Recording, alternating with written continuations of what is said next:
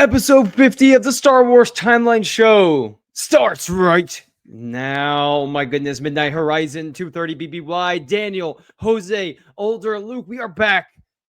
And it's the 50th episode of the Timeline Show. 50 episodes, Luke. 50 episodes of the Timeline Show. This is the last book, the last novel, really, of phase one of the High Republic. We have Mission to Disaster that will come after, which is like a middle grade novel, yes, but like this is the last like chunker, like the big dogs here. We have the young adults, the adults, we're getting into it, and we'll be doing phase one very soon over the next couple weeks. And then phase three. And before you know it, we're going to be talking about Jedi Knights comics and the Clone Wars. So, Luke, how are we feeling? Midnight Horizon, the most underrated novel in all of the High Republic. I said it. I'm telling you, this is an S tier novel of the High Republic. I do not care. Luke, how are you doing today? How excited are you to talk about Midnight Horizon? We have Reith Silas, Comac Vitus, Crash Ongwa, Ram Jamaram, the Nile, everything, Zine, Lula, everything. Oh my goodness. Everything is here. I'm pretty excited to talk about this. It's very, like you said, you have it as an S tier novel. I also think it's an S tier novel. I think this thing is really fun. I think it's awesome. And I skimmed through, social media that's like pretty honed in on the High Republic, even like Reddit sometimes. People generally don't rank this book very high. Right. So somehow we have found each other as two people in the minority that like really like this book and really think it's one of the best ones. And so I'm glad that I'm partnered with you because we are both going to have fun talking about this. We don't really have probably too much to like knock it for. And I don't know how other people do. Honestly, I think it's just so fun. I think I know how they do, and I understand it. I just completely disagree with it, and I think I will be able to, with your help, articulate why we both understand where the knocks are coming from. Like I understand why it is okay for those things to take place and how it actually helps both this book but also the overall High Republic itself. Like I think that this book is so unique in the High Republic because, and so I think one thing people knock Midnight Horizon for, and then we'll talk about the book itself. Like we'll go through our summary and then get into the characters. But one thing I think they knocked this for is some of the playfulness, like overall playfulness for the young adult book. It's probably, having read every young adult novel, I think this is the most childish young adult novel. Now, Avon Staros is in one of the young adult novels, but I think that even she carries like a more serious tone than like a Ram Jamaram does. And Ram is able to bring that into Reith. There's like a playfulness, a youthfulness, and I think for me it reminded me a little bit of in Harry Potter and the Half-Blood Prince. There is this really dark cloud over everything going on in the wizarding world because Voldemort's back. Ultimately, like, Dumbledore dies in that book, and there's spoilers. Oh my goodness. Sorry, but there's this dark cloud that's hanging over everything in this ominous feeling. And similarly in this book, Starlight Beacon is falling. They find this out in the book. There's the dark cloud of the Nile still hanging over everything. But the kids, like the Padawans in this book, the kids are allowed to have fun. And they are allowed to be kids. Similarly in Half-Blood Prince, with all of that happening, there's all of the shenanigans with the teenage dating and drama and kids being kids still in the midst of the darkness going on around them.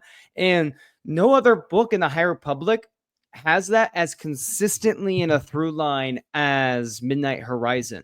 Every other book has little bits and pieces of that for like a young adult novel. There's little hints of some playfulness, but a lot of times it's very serious and it's just, about a singular Padawan making their journey. This is very much a group of Padawans and young individuals that are both learning how to become adults, but still clinging to that childhood wonder, the goofiness, the silliness, the we're gonna play a joke on you. Ram learning how to tell jokes. There is it doesn't take itself too seriously in all of this, and I think that strengthens it because so much of the High Republic is really depressing at times and dark and sad because there's so much sadness going on. There's so much evil. But this book kind of shines a light through all of that in a way. That is a really good way to encapsulate the in story piece of this conversation. I think if I were to try to tackle the behind the scenes, this book dives into characters that have previously half of them really have never shown up before Right. in the novel side of things. So if you were someone, I've been in the boat before where I had never touched a comic, I was just reading the books. And so you get to this book and you realize, oh, this is talking about Lula Talisola. I maybe met her in Race to Crash Point Tower, but Mhm. maybe I didn't read that one. I don't know who that is. I don't know who Zine is. Right. Um, I don't exactly really know who Ram is. You get to know him really well in this book. And then there's this whole cohort of people that are referenced that are supposed to mean a lot to you. There's Court. There's, you know, the friends. What's his Farzala? Yeah. You know, there's this whole band of friends that really exist that you're kind of. They tell you that like this is a group of friends, and you're like, I don't. Maybe I've Mhm. never met them before. So sometimes it can be a little discombobulating to be like, I think Mhm. there's history here that I don't know about. Um, So, yeah, and this book does a great job of bridging all yeah, that together. If you have yeah. never read a High Republic book, you could read this book and feel just fine. That's what I love Yeah, you about can this jump right one. Like in. I read this book and had never read any comics with Zine or Lula, and I immediately was captivated by their relationship, I was was cheering too. for them. I hadn't read the young adult or the middle grade novels necessarily with Ram yet, and so I hadn't really met him. I love Ram, after reading this. This was my So first young adult novel I read of the High Republic. I didn't know exactly. any of So these characters, and I was like, "This is good stuff. Okay, I'm yeah. jumping in." And Daniel Jose Elder has such a distinct way of writing, and he's really the only luminous author that could make a book like this work. He's the only one because so many of the others they can dabble a little in that humor, but Jose Elder has a very distinct humor in the way he writes, and he's able to kind of ride that wave of we're gonna be goofy, funny, and silly, but you're gonna know when the serious moments are, and it's not jarring. It's not like you're watching a show, and someone's joking, and then boom, Avada Kedavra, someone's dead or something. It's nothing like that. But this book is it has the very serious beats, and even the masters in this book, like Cantum Psi and Comac Vitus, both are battling with really intense emotions They are. and serious stuff. But through that, we see them able to have some fun and joke around and ride the wave a little bit.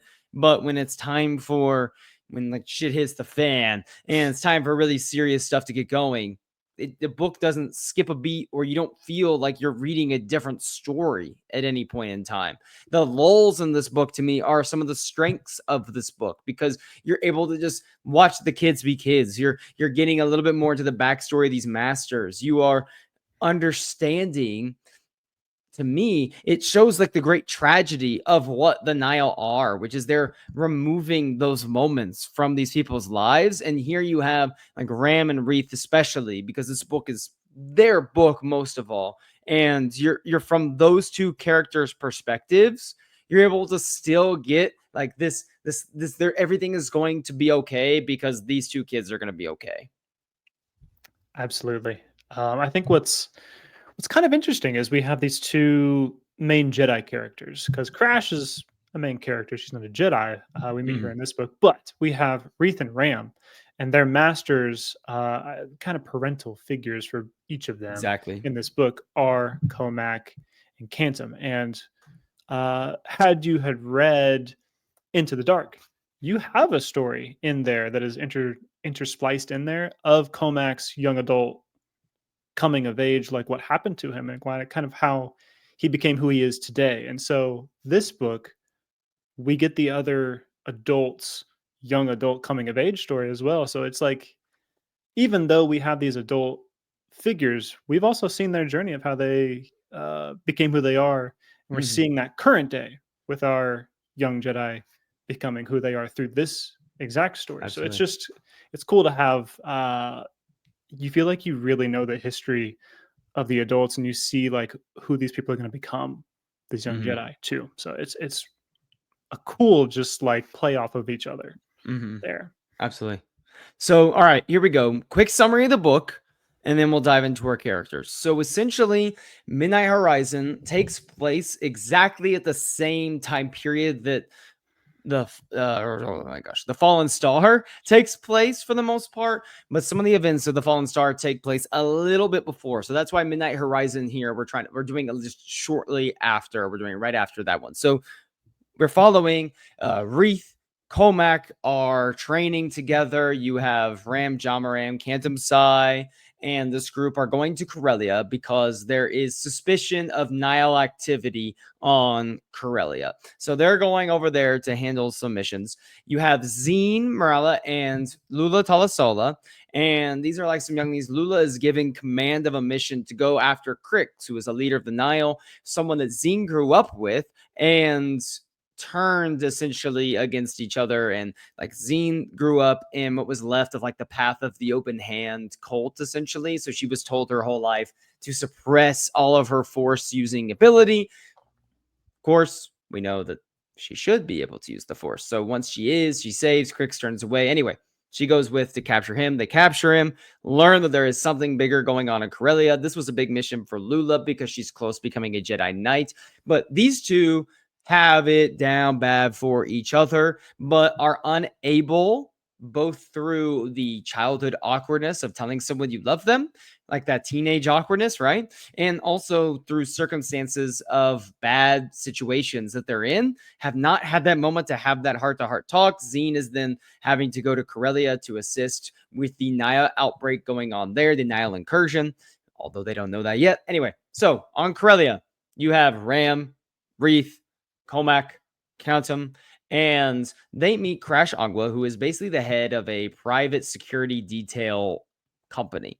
And Crash is amazing. And Crash has a big personality. She struggles with sharing information with people because she wants everyone to be safe. She worries, too much information. Things get leaked. She doesn't want to lose control over the different variables that exist for her. And they're but one of the members of her team is killed. Prybolt, who is a Grindelid, who is one of the worms of Corellia. If you remember Solo and Lady Proxima, it's like their mom basically running the tunnels or something like that. And Prybolt is killed by the Nile. They don't know that yet. And a member of her team's killed. The worms are upset with her, basically threaten her life if she doesn't get down to it. So the Jedi team up with her to basically try to get to the bottom of the situation. And what we learn is that the Nile have essentially orchestrated this attack elsewhere on Corellia to free Coronet City, the main hub of Corellia, the capital city of the planet, to steal all of these freighters and all of these ships to go to Starlight Beacon and just lay waste to all the people showing up to help. So ultimately, against all odds, they have to try to stop the Nile pretty much on their own. You got 4 Jedi, 2 of them are Padwans, and then a group of, ragtag security detail forces and whoever else from Corellia, they rally to join them. Ultimately, the worms join in and they're able to stop the Nile incursion. But the most epic part in the book, when all seemed lost, Master Yoda, who has been missing, Master Yoda, who has been gone, Luke, Master Yoda, who we did not know when we would see him again because he just disappeared out of thin air, basically. He appears because they're trying to block this Nile cruiser from going out, and Yoda literally snatches the ship out of the sky, launches it through some other Nile, and the explosion goes up. And then in a brief, powerful force whiff, Yoda has appeared and has saved the day, essentially, and leads the charge to beat back the Nile, save the day. Reese Silas is knighted. Zine is determined to go after Lula, who she believes to be alive because Starlight Beacon has fallen. Comac Vitus is broken at the loss of his friend Orla Jarini on Starlight and decides that because of what's been building up inside of him that we talked about, he is no longer a Jedi. He hands over his lightsaber to Reath right after knighting him and quite literally runs off into the darkness.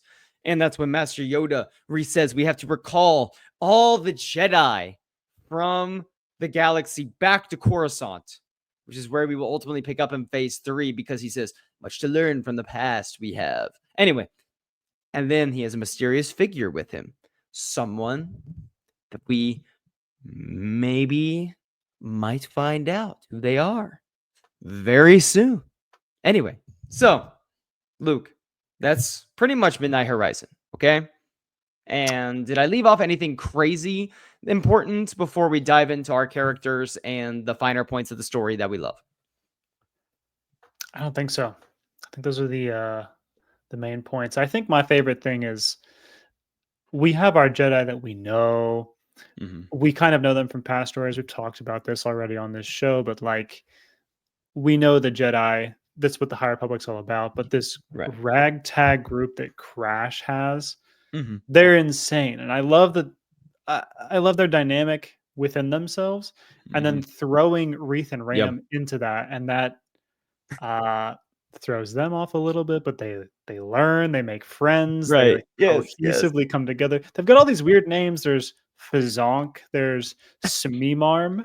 It's so Star Wars It's weird coded, it right? is. It's the weirdest it might get for a little while. Like So this would be an episode of this would be a whole arc of Clone Wars where the Oh. first couple episodes you're just wondering what the heck is happening in a sense, and then by the end you're like, oh my gosh, this epic battle is taking place, all of these crazy things. I'm trying to think of a Clone Wars arc that So, actually it kind of feels like mirrors the that. like D Squad. It feels like what are we doing here? Like where are we going? We're going to Corellia, but it ends with this huge battle. Like Gregor is fighting off Yeah, all these droids, and it's like it really comes to this huge conclusion right. that like And kind of that's has so them true. like a kind of a galaxy altering end. But you start out Mhm. with like I think there's some finance mishaps going on here on Corellia, and it's like, oh, that blooms into the Nile trying to destroy everything. And I love what you said about we know the Jedi. We love the Jedi. It's all about the Jedi. And without Star Wars and without Jedi, the Star Wars isn't really Star Wars, right? Like it wouldn't quite have the same punch. That's why Star Wars really is as popular as it is because of the Force and the Jedi. And then there's, some sickos like us who just love all the other things in between, right? And this is an example of that because Crash and her crew is this random group of the security detail, but she becomes one of my favorite characters in the High Republic. I want to see her again someday, and I think it's best that we never do because it's just a perfect character for this story. This book alone doesn't need to show up in anything else, and I love that. And the way that she vibes with Ram and Reath, asking them to come into her team and having them disguise themselves as Scarlet Skulls, which is an old group of Sith cultists basically that cut out their tongues Child because they take a assassins. vow of silence, but they're known as child assassins. And just to freak everyone out and make them think, oh my gosh, are the child assassin Sith worshippers back and we didn't know about it? All this weird stuff like that. She also has a love interest. She has a mom who's very knowledgeable, influential in a lot of ways, and one of those people that just has the city around her as well. And there's just some powerful nature to her, but also I appreciate the inner struggle that she has within herself of trying to balance, how do I do what's best for everyone around me and also protect, my heart in this as well. Yeah, she has a really good relationship with Sphino Apichat is the girl she's interested in, and Sphino is this insane character that DJO made for us. She has multiple sets of arms. She's got this green glistening skin. She can float. She's also a intergalactic pop star. I love that. She's a celebrity. So she's also like super down to earth though. She likes Crash. Crash likes her. They don't want to admit it. Crash doesn't want to even do that because she's in a dangerous line of work. She doesn't want to get her loved one roped into this hurt or, Mm. in the muck of things. So that is an interesting little interplay there. Let me ask you a question. You ready? Ready for this? We're ready. We're ready. Oh, we're talking about intergalactic pop stars. Who in the world today, like music wise, do you think has the chops to, if they were thrust into Star Wars, could be an intergalactic pop star? Hmm. And be that big, like the portfolio is that diverse to draw in enough people of the core world. Could be Lady Gaga, someone like that, who's I like like that. kind of strange, but like most people can find My something that boga vein. most people can find some song they like.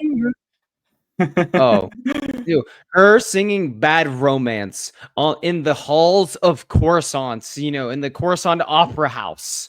That would go so hard. Like so hard. She jumps off the stage like she did in the Super Bowl, but jumps Oh off my in the gosh. Coruscant Opera House and jumps all the way down. Disappears. She also has like the freakiness, and I mean that in like Yeah. a positive. I mean that in a endearing way, like the Very, freakiness to be yes. able to be an intergalactic pop star. 100%. Okay, we have nailed that question. And this is why you tune in the Timeline Show, right? This is why you listen through the Timeline Show, because you get that important. Like, who thought we'd be talking about Lady Gaga? This is why you listen. This is what you come for. Oh man. I mean, So you mean you're what? never gonna hear this from any other podcast, guys. You gotta tune You're in. never getting this anywhere else, for better or worse. So let's talk about Reath for a little while, because Reath and Ram, it's like, talk about their relationship, relatively didn't know each other before this book. Like, they're kind of, the book describes them as having recently met and gone on a couple of adventures together, but not just spent a lot of time together. And in just a very short amount of time, they become such close friends. And these two are going to be best friends, like besties for life. And their relationship, though, is so different from, say, other best friends that we have, like Elzar Stellan, Bell, and Burry. It's very different. Or Xena, Lula, a little bit more than like a friend thing going on there. But you know what I mean? Like a dynamic duo situation, even.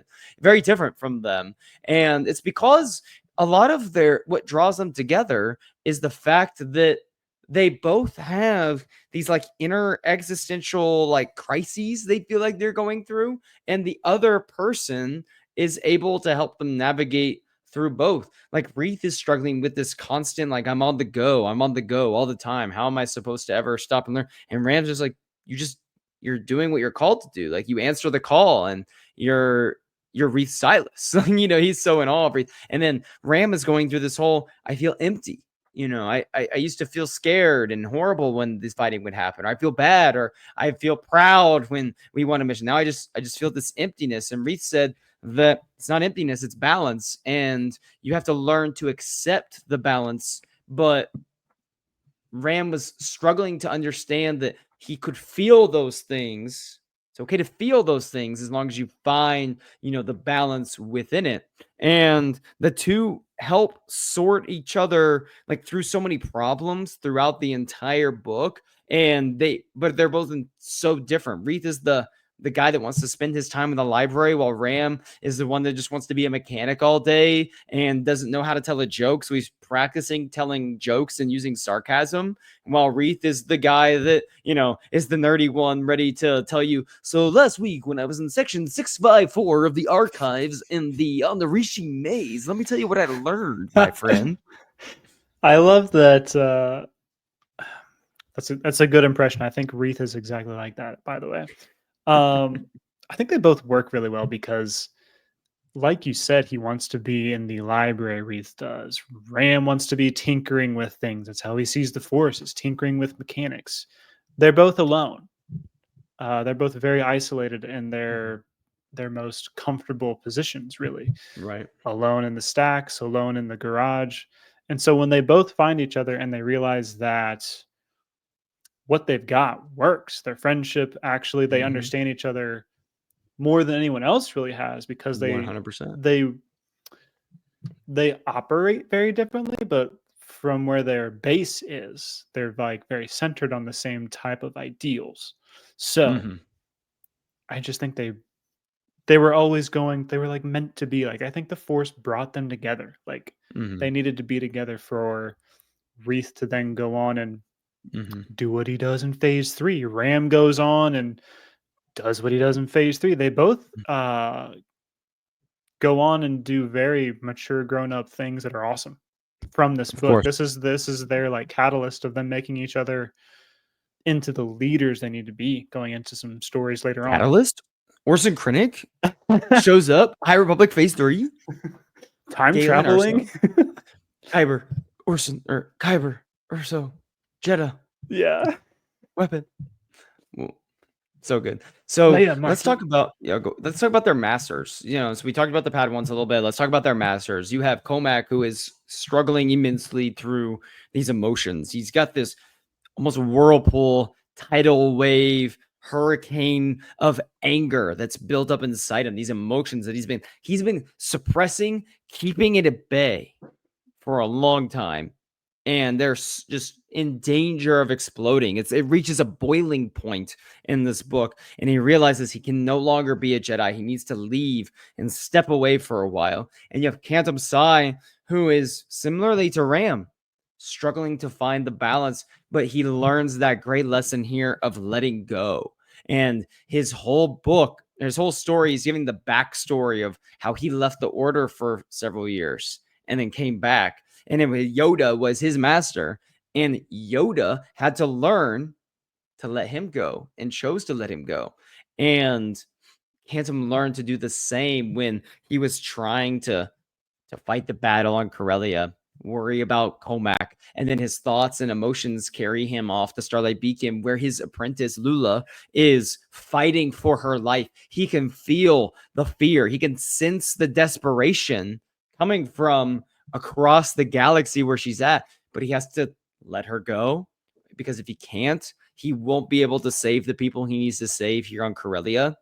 And I just thought it was amazing how we get to Yoda coming back, and Cantum Psi and him are having like some conversations, and then they do the flashback where Cantum is talking with Yoda when he returns and learns that he thought it was easy for Yoda to let him go, and Yoda was like, that was like the hardest thing I've ever had to do, is let my Padawan just leave like that, because I knew he had to.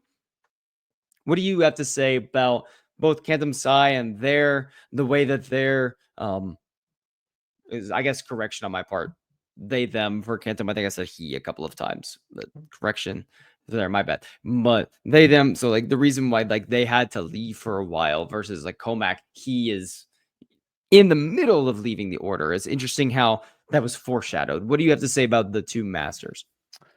I'll go with Cantum first. That was on my mind as you were talking about that. I was really thinking back through that part of the audiobook that I've read, this book first as a physical book, and then I did it as an audiobook for this show we're doing now. So Cantum leaves because the story we get of why they did leave was for love. There was a love interest there with Atar, the circus performer. Mm-hmm. Um, and so I would be getting into phase 3 stuff that would spoil some later stories, but I think it's awesome that his Padawan is Lula Talasola, who is going to go through some similar stuff. So, Right. um, but I do think even just in this story and keeping it to what we do know, it is very cool that we get to see this glimpse in the past of Yoda having to go through something very hard for Yoda.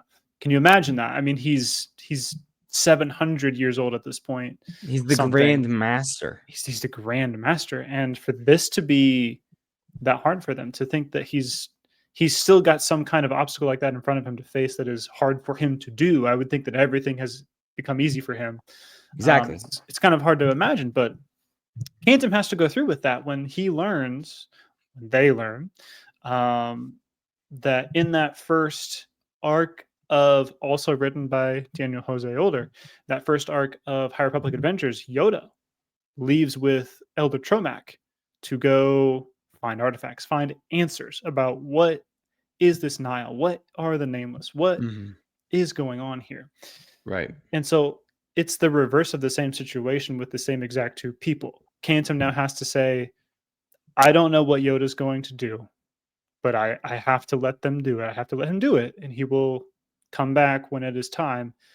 I'm just Cantum Sai. I'm going to hold it down here. Like, I'm sure he felt exactly now what Yoda felt in that point. So just the role reversal of the same two characters Mhm. in the same book is crazy. And now he comes Mhm. back and they get to welcome Yoda back the same way that they just Mhm. share it. They just share it. And all of the Jedi, it's, every Jedi feels the Force in different ways, but every Jedi, even if they haven't even met Yoda, talks about how they feel his presence, Such a like, reverence for gone. him. Like, Yes. there's this big gap in the Force itself when they think about when they're sensing the Jedi as a whole, because he has been disconnected from them for a while now. Like, we're talking about essentially he's been gone over a year at this point, right? Like, he's been gone Yeah. about a year, if It's not close to two. close to 2 years. I mean, this is not like just a, he's been gone like a few weeks sort of thing. He's dropped off the face of the earth. The Clone Wars lasted what, like 4 years? Like three, yeah, three, Like four three and a years. half, 4 years. Like, imagine if Yoda just disappeared for half of the Clone Wars. That's essentially what's happened here as they've been This battling is the also a Nile. period of war that he just goodbye. Yeah. So it's just, imagine if that was like taking place and how the Jedi would feel, and whether they knew Yoda or didn't, like how like it would affect them emotionally just when they can't sense his presence, or they feel like something's missing. So when he is returning, it is one of my favorite. It's my second favorite book moment of Yoda ever. My first one is in Cataclysm, but Mm, this is my favorite Yoda moment by himself, because the other one he's with Yaddle, so it's yeah. like the pair of them. So if I had to pick a solo Yoda moment in all of Star Wars, this might be it, because imagine the way that this, I just love the way this battle is described. You have the Jedi are encircled. There's hundreds of Nile just surrounding them, and they are deflecting bolts. They're slicing through Nile. They're piercing gaps in the Nile forces, but there's just hundreds and hundreds, thousands of them just pouring in.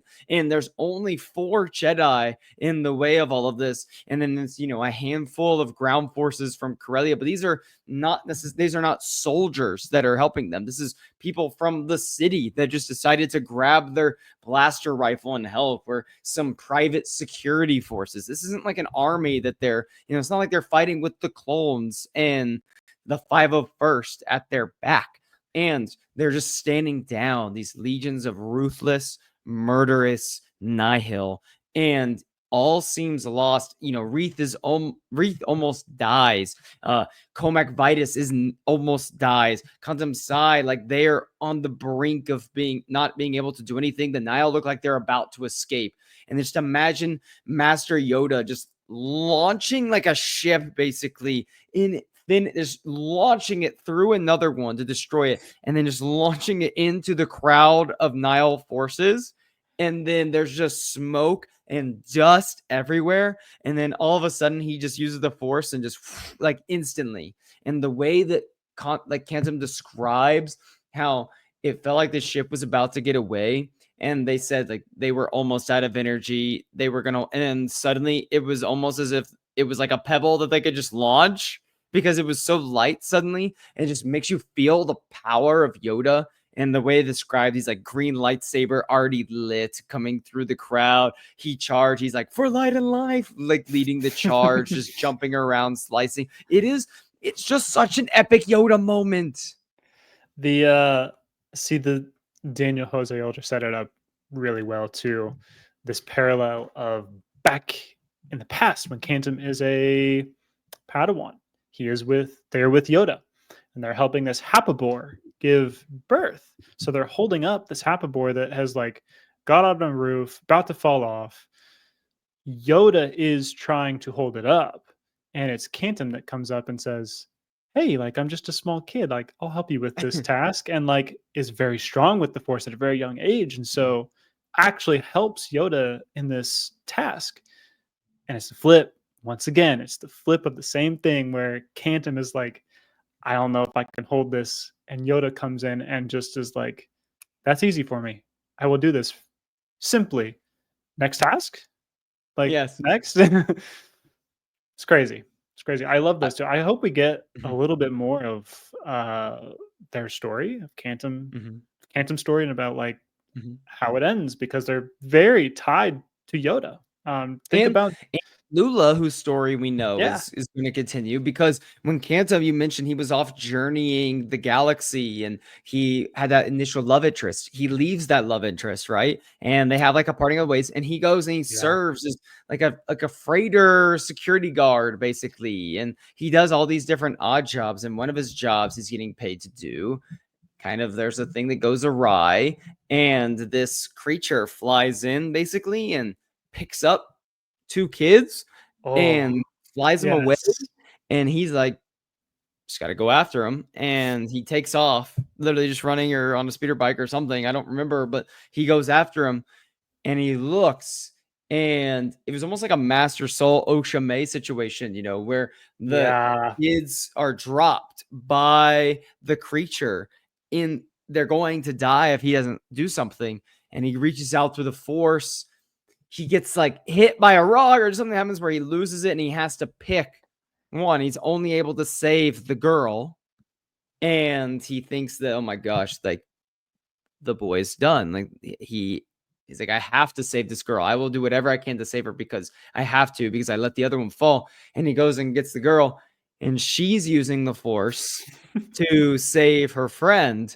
And he just goes, "You just, why did you think?" Well, and he's like, "Well, that's what you did. So I just thought it felt Oh, right." dude, And just like a in that moment, it says in the book, like it says, in that moment, he knew he was a Jedi.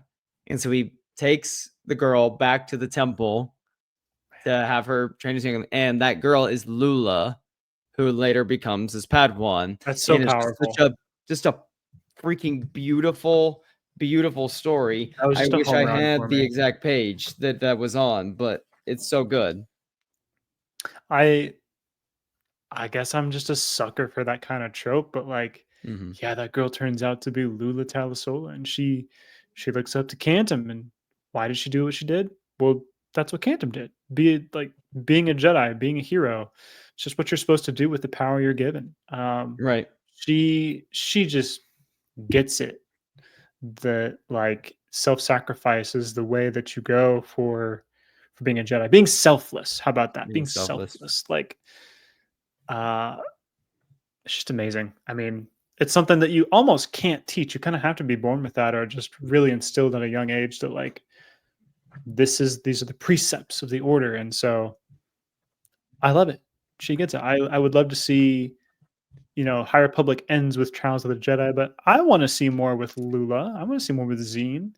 Let's get Why? more. Who wouldn't? Who wouldn't? Let's talk about Zine for a minute. I mean, we're talking about someone that she desperately wants to be with Lula. Like the two of them are so Mhm. connected from when it talks about them. When it, oh, sorry, hold on. All right, there we go. I found my spot. When it talks about them meditating together and Lula Ah, teaching Zine how to like control those like deep impulses to act out of maybe an anger or fear, and Lula is learning maybe to how to live a little bit more with Zine, like someone that really understands how her brain works in Zine. And then Zine's here on Corellia. They turn her using the media and Crash's influence, turn her into a pop star overnight and have her show up to this event as a pop star as a way to kind of figure out what's going on.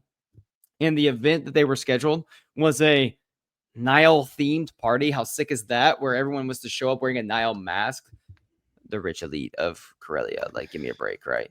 Anyway, right. but I absolutely love Zine in this book because Zine is so different from other characters. She's not a Jedi, but she has the Force, and she's figuring out, where do I belong in all of this? Because the Jedi have their own path. I don't know if I can necessarily be with them, but I'm not just some regular civilian. Like, I have this power within me. I have this desire to do something with that power. So talk a little bit about like Zine, and maybe where do you feel like she sits for you on this like hierarchy of characters or something along those lines? I think I really love that she has made such good friends with, like, quote unquote capital T capital P the Padawans, which is like this Yeah. group from the Young Jedi Adventures comic run. She fits in seamlessly. She makes such good friends with Farzala, with Court, with Lula. Obviously, they have great chemistry. Um, and it should have been a life of isolation for her to be from this cult that actually is against the very thing that she is, which is a Force user.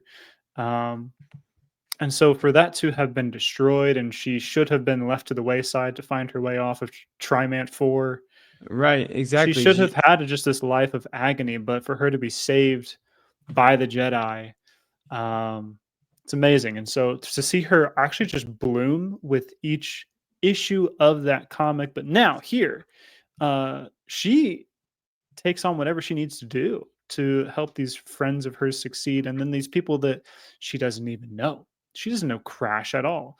And you think about how little Wreath and Ram know Crash. She knows Crash 0%, not even 2 days, which the other two have on her. Like, she's like, yeah, I'll do whatever it takes. Like, this is the good fight. I'm gonna fight the good fight. And so she just has that in her. Um, and that is just, again, that's just not something you can really teach or really put into someone. You just kind of are born with that. And so it is amazing to see that in a young person bloom, and for her to use her powers for good, even though she won't be accepted into the Jedi Order Hmm. just because of rules, which eventually are like stifling. And that's why we have Right. Anakin's story. Um, those kind of show up here at the start of that fall of the Jedi. But yeah, at least she's able to hang around and learn from her friends that are Jedi. Like, it's beautiful that she gets to live the life she does when it shouldn't have happened. I love the fact that you said how we just get to see she's able to become who she needs to be, and but it's complicated, and that's okay. And it's okay to be different. It's okay to express yourself in different ways and have these unique gifts, but not necessarily fit in with other people who have similar talents. Like, be your own version of what makes you you. And Zine is kind of discovering what that is for her. I found the part I was looking for with Cantum Psi, page 348, for those of you who want to go check it out for yourself. So he finds Lula, he saves her, all of that, right? And it says the Yes. world seemed, this is right after like she saves and everything happens. So it said the world seems so alive, even more than it had moments before. Cantum felt the force quickening around them like a rush of wind. Nothing had made sense, not since Atar had shown up like a sudden storm in Cantum's life. And finally, without warning, that was okay. Nothing needed to make sense. Cantum had allowed the galaxy to be what it was. And here we go. Here we go. And now the galaxy seemed to be curving around Cantum, reminding them, allowing them to be what they were. And here it is. Here it is. Here it is. Allowing them to be what they were. And that, very simply and without complication or doubt, was a Jedi. So good.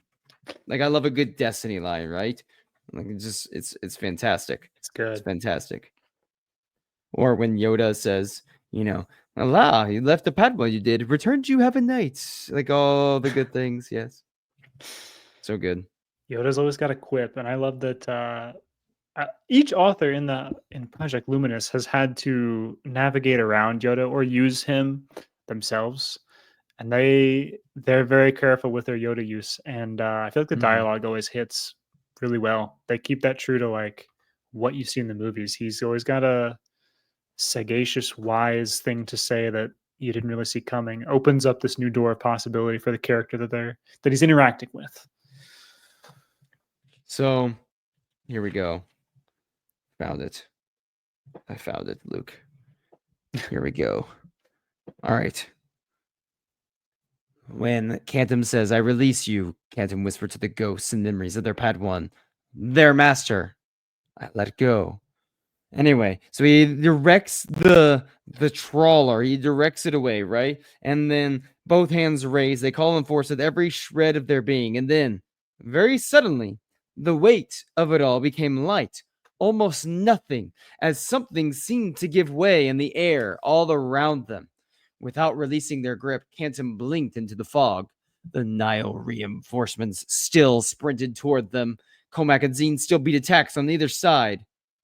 The remaining fog, all that was left of that foul yellow gray cloud, was swept suddenly away as if a heavy wind had blown in the harbor.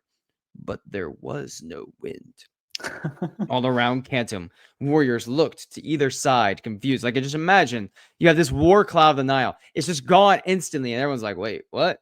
And there, in the middle of a wide open area, the last bit of fog cleared to reveal a short hooded figure standing alone amid all that destruction and death.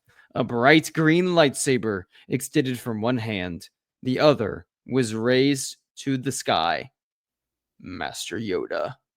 A hand, it seemed you might need, Yoda said. So good, right? And then he literally says, takes a single mighty sweeping motion, and the trawler above careened out of the sky, smashing into the charging Nile. And Yoda just making a joke while he gets all the fog away with one hand, is holding a vehicle up in the other, makes a joke to Cantum in the middle of this horrible battle, and then just says, deal with your death and destruction, and just probably kills like 500 Nile in one blow. It's crazy. It's just crazy. It's given me a lot of vibes of like season 1 of Clone Wars Yoda. He's actually like laughing and gleefully having fun with Asajj as Asajj is trying to kill him. And he's like, kind of fun, actually. All right, trivia question. Do you know the king of the Toydarians? What's his name? Do you know the name of the king of the Toydarians in Clone Wars? King what? I can't think of it. I don't know. King Katunko. King Katunko. The legend himself. It sounds right. Yeah. Dang, So- I didn't have that one on lock. I haven't seen that in so long, actually. It's a good one. So Ram saves the day and is able to help save Reath. And Ram's able to fix like a couple ships to make sure the Nile can't take off on others. And then he uses a ship to ram into another one. But one of my favorite Reath moments from this is when he's barely able to stand and he's fighting off the Nile and he's holding his lightsaber up. He's like, you will not board this ship. Like, he is just so, it's giving like Gandalf, you shall not pass. Right? But let's skip to the end a little bit here. We've talked about, they save the day. Crash is ultimately able to prove to the Grindelwald worms that she was betrayed by one of their own in the Nile, and there was this big battle that takes place underground as well. And they defeat the Nile, right? No more Yep, Traumat. He double crossed him. Don't trust a man named Traumat. First of all, never trust a man named Traumat. But the end of the book is kind of bittersweet because you save the day and you're feeling very triumphant, but you know about the horrible calamity that is the fall of Starlight Beacon. But on the other hand, too, because you're not necessarily connected with Starlight as much, like it's like difficult too because Comac just leaves in this, and you're ready for this triumphant moment. Reath is a knight, and then his master just imagine you finally build up to being a Jedi Knight. You've lost one of your masters. Reath already lost Jorah Malli. She's dead. And his new master, Comac, is knighting him. And this is probably supposed to be one of the best days of his life, even though it's already plagued by so much death and destruction. but there has to be this inner sense of great fulfillment for Reath to be a knight, of course. And then immediately after it happens, when you're finally given a shred of hope and happiness in your life after everything that's happened and everything that you know is going to happen in the future, your mentor says goodbye. Like, I'm done. I'm walking away from the path that I just helped set you on. And that has to just be a big WTF moment for Reath. It has to be. And I mean, I can't imagine how hard this would have hit had I, first time reading through it, had I read everything up to that point, because everything, you would have known Comac well. You would have known Reath and all the stuff he's gone through. So yes, I think from the single book, you do know that this means a lot to Reath. Correct. He is very studious. He very much wants to be a good Jedi, wants to be one of the most knowledgeable Jedi. And that is what Comac is. He is a folklorist Jedi. He's in the stacks every day. Like, he so much embodies what Reath wants to be. He's kind of his little personal hero. And so for him, his hero to lose the faith, really, it hit me so hard, because I saw so much of myself in Reath at times. And so for me, really, I couldn't imagine, like, I agree. I feel like you're literally Reath. I see a lot of myself in Reath. So it stung to read that, like, this person he looked up to, that I could see myself looking up to, just dipping out and saying, you know what, I lost it, I'm out, and literally running out into the horizon, the midnight horizon. Little joke for you there at home, but no, it stinks. It stinks, because yes, they succeed, but you lose a member of the Order that you know and you love. Exactly.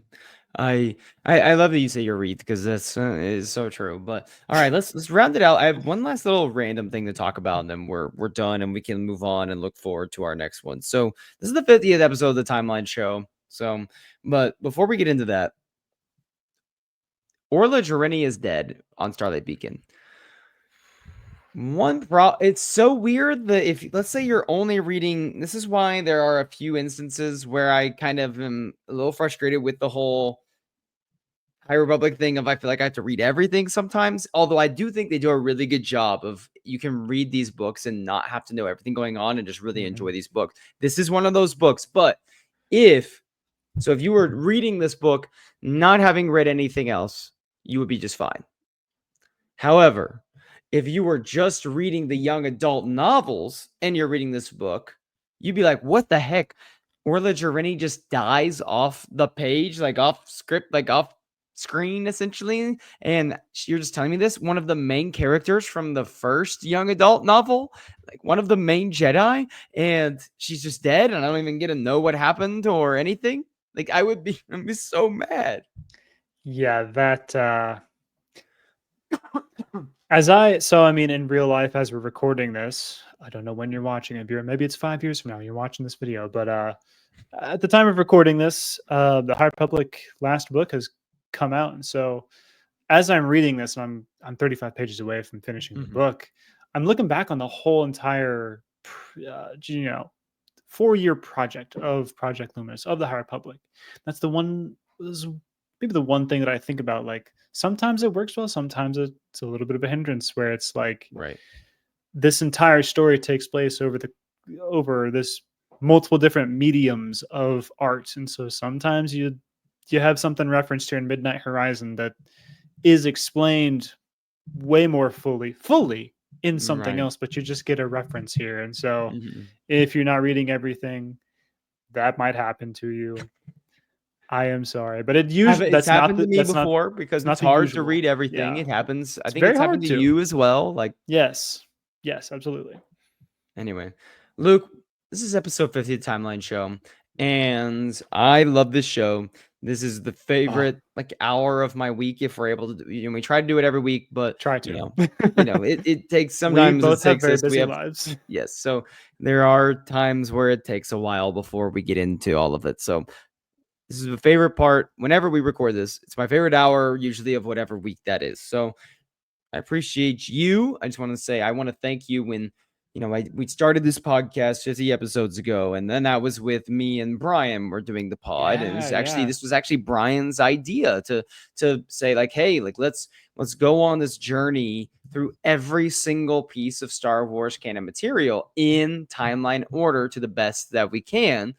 And we're trying to stay true to that. Like me and Brian started doing this, and then we got about 8-9 episodes in, and he had some life stuff come up and said, I kind of have to step away from doing podcasting. And I was going, man, I really love this idea of the timeline show and want to keep doing it. I need someone that might be willing to come alongside me and do this, so I'm not just talking into the void for 45 minutes on whatever book I read, right? And so I was like, well, Luke and I have talked about Star Wars more than I've talked about Star Wars with any other living person on Earth. Why not give Luke a call? Because I know Luke loves the High Republic, and we're in the middle of the High Republic. I know Luke loves to read. He loves Star Wars books, and you got to love to read to be able to do something like this. And you agreed to come on and do like a little test run for a little bit. And now you're hopping on Star Wars Unit Live with me sometimes. And we record this show. And it means the world to me that you are recording this show for the, what do we get? Like for whoever listens, whatever. And I don't know. It's just a lot of fun. It's a great way for us to bond and continue to, spread the love of Star Wars. And the fact that we're able to do this, and it's not this book sucks, this book rocks. It's more of we like some books more than others.